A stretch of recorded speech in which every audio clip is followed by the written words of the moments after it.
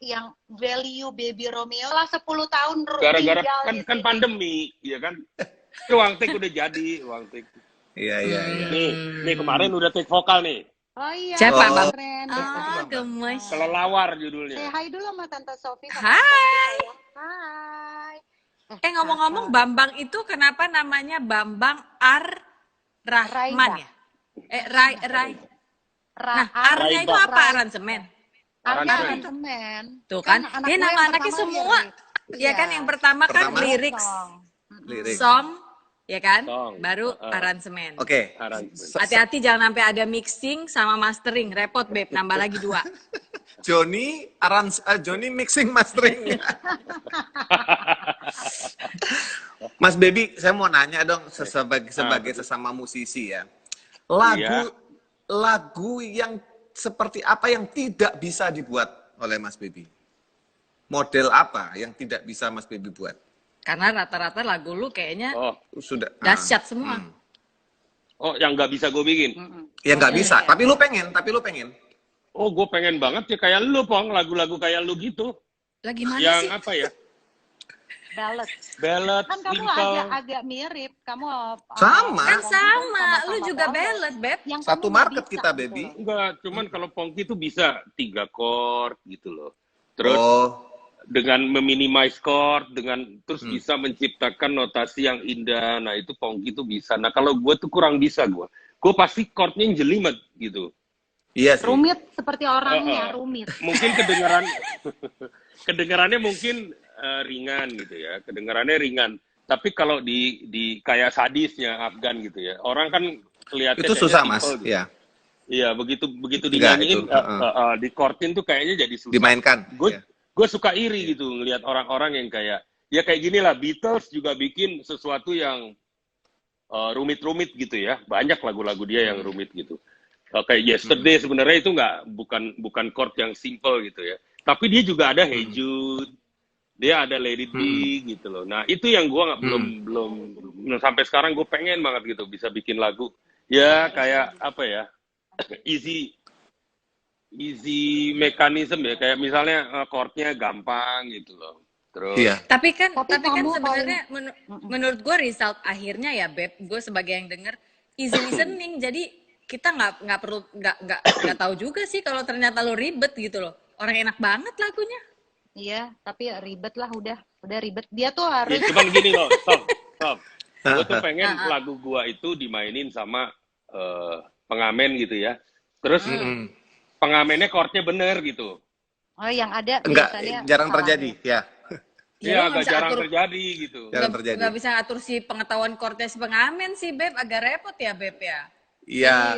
Udahlah, nggak usah mikirin pengamen. Ya udahlah ya. Yang penting pikirin gimana lagunya tahun ini bisa keluar, kamu punya single. Udah pikirin itu Iya. aja, Pak. Nggak usah mikirin pengamen, Pak. Iya, benar Mes. Ya. Abis ini kita ngobrol ya. Abis live ini kita langsung chat sama Baby ya. Boleh. Karena kayaknya pas banget. Nah, oke. Jadi harus Meisha pada saat itu karena Meisha yang bisa membawa lu ke arah yang lebih benar bahkan sampai dengan akhir hidup lu itu menurut Baby. Jadi musim demi musim dalam rumah tangga udah, karir masih jalan. Tapi tiba-tiba Meisha juga buka rendang. Itu kenapa waktu itu lu buka rendang? Itu karena si Baby lagi waktu itu malas kerja atau emang enggak gue pengen buka rendang soalnya gue pintar masak sama Kamelda gitu. Itu sama Kamelda bukan sih, nggak? Sama Elda? Kalau baju sama kakak gue, tapi kalau rendang gue sendiri. Jadi awal mulanya kenapa kita mutusin untuk bikin rendang nih gara-gara dia. Tapi waktu itu emang ada momen pas kamu lagi vakum ya? Enggak ya? Beda ya? Beda momen. Dia tuh justru pionir loh awal-awal musik itu waktu itu dagang bareng di bundling sama ayam tuh ya Baby ini. Iya. Nah terus coba kan? diaplikasikan ke rendang. Coba itu diaplikasikan ke rendang. Makanya gue tanya ke bini gue, rendang itu kuat berapa lama sih? Istriku bilang ini makanan bisa kuat 1 bulan sayang kalau bisa. Ya berarti kan sistemnya bisa kayak CD ya, kita bisa restock stok gitu loh. Terus apa namanya bisa ada distribute lah. Hitungannya secara nggak langsung tuh sama kayak ada COGS terus segala macam. Nah jadi secara sistem aku pindah ke istriku gitu loh, yang untuk bisa jalanin gitu loh. Ya didampingin sama finance aku sih waktu itu. Jadi Adit. intinya rendang ini adalah proyek ya baby, nyuruh gue waktu itu jualan, yang mana saat itu tidak ada artis yang jualan kayak Jualan. sekarang. Ya. Yes, Jadi waktu betul, dulu betul. tuh nggak ada artis jualan, apalagi jualan rendang. Terus pertanyaan gue cuma satu, Beb, orang-orang nanti bilang aku udah nggak laku lagi. Packaging udah ada belum ya waktu itu? Belum, aku Belum masih ya? pakai Tupperware kan. Pakai belum? Eh, Yang packaging online gitu. belum waktu itu belum, masih plastik dikresek gitu, cuma diikat doang. Nah Oke. terus akhirnya dia bilang, Hmm. coba deh kamu bikin, kamu kan orang misalnya percaya sama kamu jadi brand ambassador, kalau kita punya produk sendiri, ini rendang keluarga kamu tuh enak loh, coba bikin. Akhirnya dia ngeyakinin, karena waktu itu Baby bersamaan dengan pertama kali dia terjun ke bisnis, benar-benar ke bisnis musik. Jadi dia cari kesamaan antara bisnis CD dengan rendang ini, bisa loh sayang, nanti aku jual ke sini, toh lama kan daya tahannya. Akhirnya Baby yang nantangin gue untuk coba deh kamu bikin scheme marketingnya, kamu bikin bisnis plannya kayak apa, coba jalanin aja. Nah, kan kantor aku lantai 3-4 nggak kepake, kamu bikin aja buat dapur. Udah tuh akhirnya gue berjualan lah tuh rendang sampai alhamdulillah sekarang. Menarik ya. 8 tahun. 8 tahun loh. 8, udah 8. Tangguh, sungguh. Udah 8 tahun, alhamdulillah. Dan sampai sekarang masih jalan ya rendang Natulang ya. Masih di kantor yang sama atau lu udah pindah tempat? Enggak, udah pindah. Kita udah pindah kantor. Dua-duanya. Jadi kita sekarang nyewa rumah, Sob, karena waktu itu tuh ruko. Jadi ruko tuh ternyata capek banget kalau buat masak, karena bahan bakunya tuh berat banget, kita harus tarik pakai tali ke atas. Iya, jadi sekarang akhirnya kita cari rumah yang ada backyard, yang outdoor, nggak tingkat ya. Nggak tingkat, dan kalau masak tuh benar-benar nggak bikin polusi di ruangan gitu loh, kebuka. Gitu. Oh, jadi itu awalnya justru idenya Baby. Kirain si Mesya tiba-tiba pengen bikin rendang Natulang. Udahlah, namanya bagus, rendang Natulang. Bagus. Itu ide Baby. Namanya branding. Nantulang juga Baby. Pakai nantulang. Lu pinter banget, Beb. Karena enggak lah, emang karena gue suka rendang nantulangnya. Karena emang ada sejarahnya, Sob. Ada sejarahnya. Ada nantulang gue memang yang pertama kali yang pinter. kita sering mesen kan. Terus dia bilang, sayang, nantulang itu harus dipakai ya, karena kan kamu orang Batak, dan ini kan culture orang Batak, orang taunya rendang itu Padang, tapi sekarang tiba-tiba ada nama nantulang, kan orang pasti pengen tahu, oh orang Batak Muslim juga tiap lebaran tuh rendang. Kayak gimana sih rendang Batak gitu? Ya ini lo cobain rendang nantulang gitu. Tuh pada bilang mau atur rendangnya. Aduh, langsung aja ke Instagramnya rendang Nantulang. Tenang, mereka sistemnya udah oke, udah tinggal pesen. Cus. Iya. Cus ya kan ya. Terus abis itu bikin usaha baju mereknya MS Mereknya MS. Ini bukan? Iya. Ini salah satunya, ini yang gue pakai, ini mereknya MS. Ini juga hijabnya mereknya MS. Ini bikinnya sama kakaknya nih, ini Melda kan? Ini Melda, Kak Ya, Melda. Ini Melda ini masih di Bandung. Melda di Bandung kan ya? Masih di Bandung dia. Jadi dia yang sebenarnya dulu tuh tanggung jawabnya adalah dia yang produksi, belanja-belanja. Dulu kita bikin piyama, bikin kaftan. Nah sekarang tuh lebih ke muslim modest wear gitu, Sob. Jadi khusus untuk modest wear ini gue banyak involve juga di masalah desain, pemilihan bahan. Karena kan kakak gue nggak berhijab.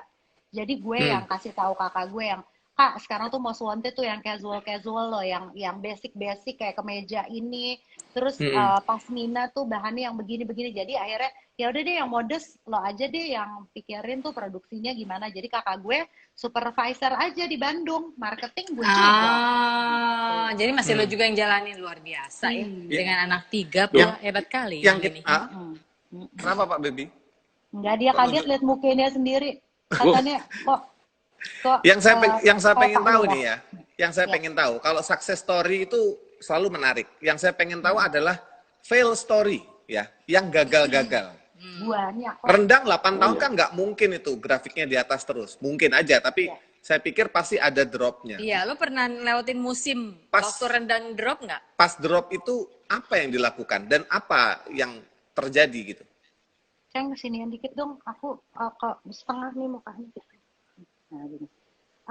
Waktu itu pernah kejadian apa ya, paling gagal sih kayaknya masalah packaging. Waktu pertama kali bisnis, packaging kita tidak memadai sampai akhirnya sampai ke Ambon, sampai kemana tuh robek, pecah dan basi. Oh iya, Terus ada juga waktu awal-awal. Terus ada juga momen-momen di mana sepi karena kan panen-panennya rendang tuh ya biasanya Hari bulan raya. Ramadan dan hari Iya. raya kan. Terus ada momen di mana kita tuh sehari paling cuma 8, 10, biasanya tuh lebih dari itu. Cuma apa ya, ya emang di situ challenge-nya, bisnis itu roller coaster, naik turun. Jadi ya jangan give up aja, kuncinya jangan berhenti, jangan nyerah, dan putar otak untuk ngadepin apa namanya situasi yang nggak enakin. Nah ini lagi kejadian jujur nih ya, kemarin Lebaran itu dan puasa kemarin itu adalah rekor, bener-bener top of rekor sales rendang dan tulang. Padahal pandemi ya. Iya. Jadi sebelum puasa aja itu pesanan kita tuh membludak udah kayak Lebaran. Karena semua orang di rumah dan mereka perlu makanan frozen food kan. Nah, tahu-tahu nih udah selesai nih Lebaran. Tahu-tahu Bu sepi Bu gitu kan orang kantor. Sepi banget Bu sekarang gitu pesanan. Sekarang nih lagi sepi-sepinya. Akhirnya baru tadi malam ya kita diskusi ya Beb.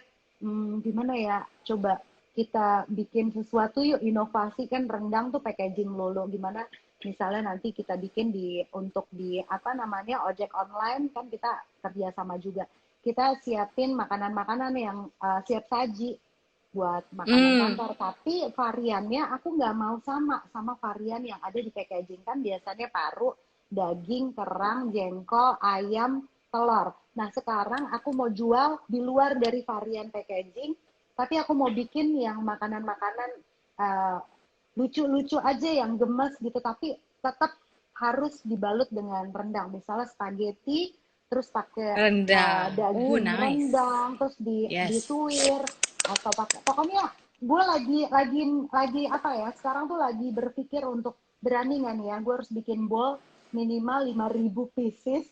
Terus kalau nggak jalan gimana ya, Beb? Udahlah, Bismillah aja. Udah 8 tahun lu masih punya pikiran kalau tahu-tahu nggak jalan, lu masih bisa mikir gitu? Iyalah, karena apalah arti kita ya pedagang kopi. Makanya Sob, karena nggak bisa diprediksi sih. Jadi tren itu tuh benar-benar beda terus. Sekarang lagi trennya makanan-makanan donat, cemilan gitu ya. Terus lagi tren makanan daerah yang dibikin push.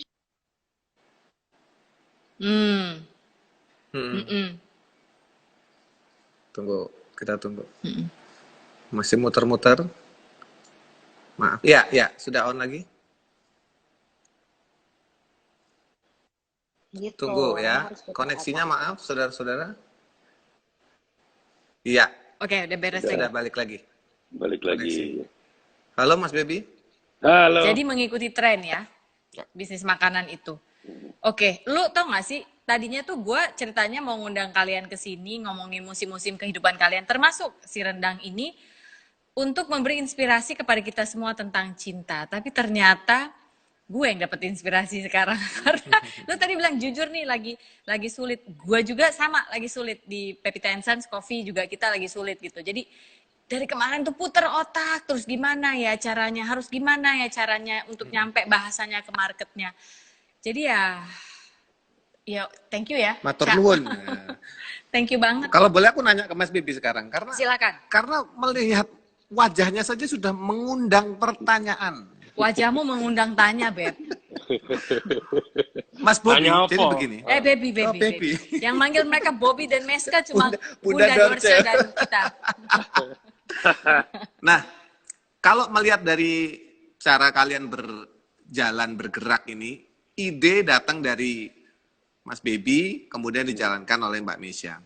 Nah, kalau buat musik lu sendiri gimana? Kan gua nggak heran kalau lu memang penghayal. Lu penghayal tingkat tinggi, gua jamin. Lu penghayal tingkat tinggi. Gua jamin ya, lu penghayal tingkat tinggi ya.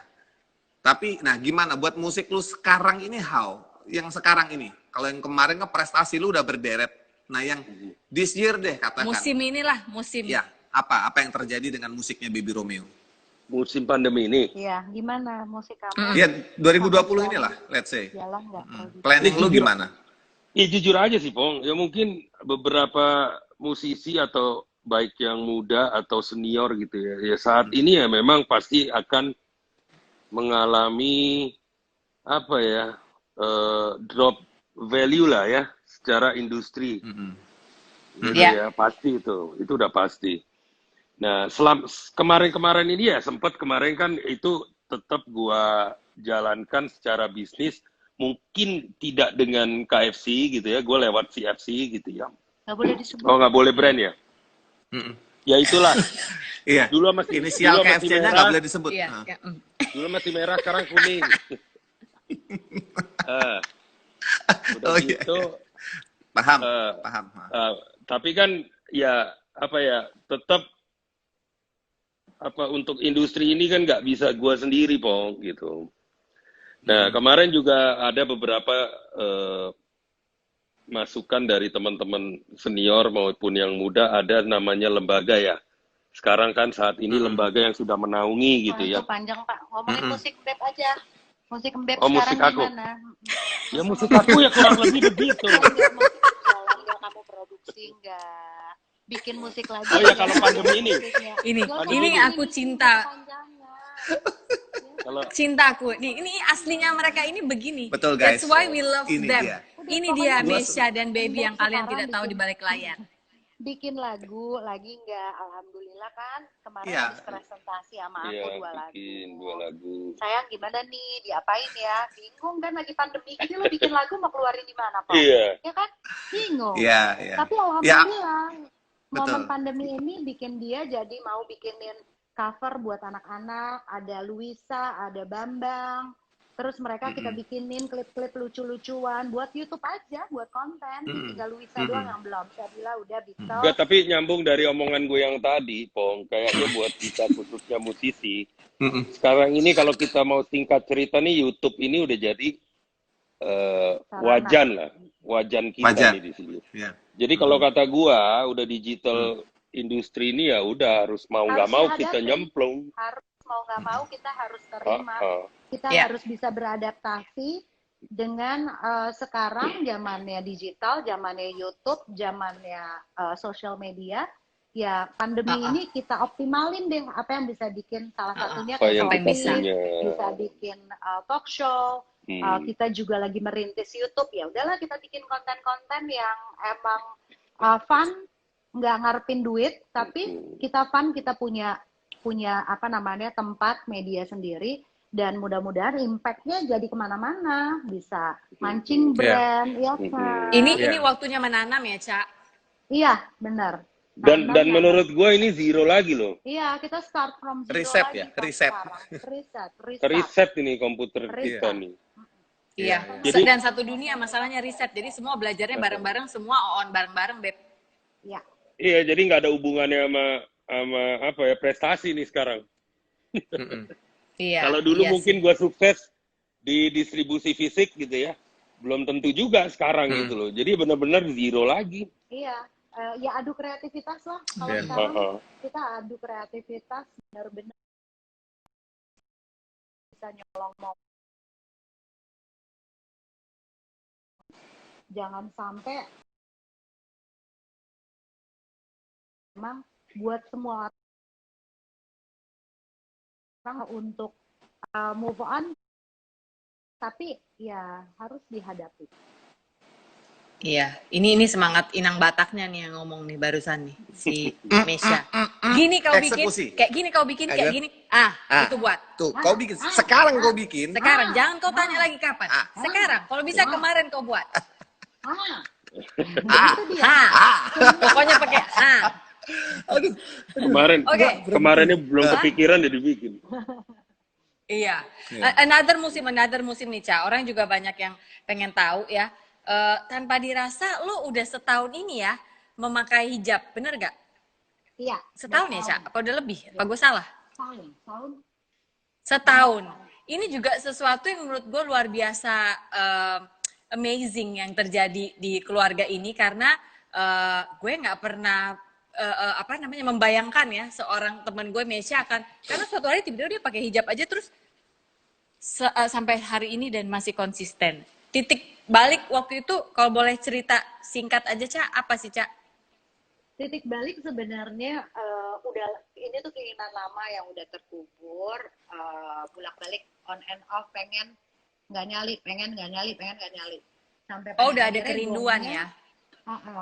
Sampai pada akhirnya gongnya adalah waktu itu gue ketemu temen gue yang udah duluan berhijab, terus kita ngobrol-ngobrol, kok semua pertanyaan dan ketakutan dan kekhawatiran gue tuh keluar dari mulutnya dia, Sof, gitu loh. Kayak emang lo pikir gue nih yang udah bertahun-tahun berhijab, lo pikir gue tuh sempurna gitu?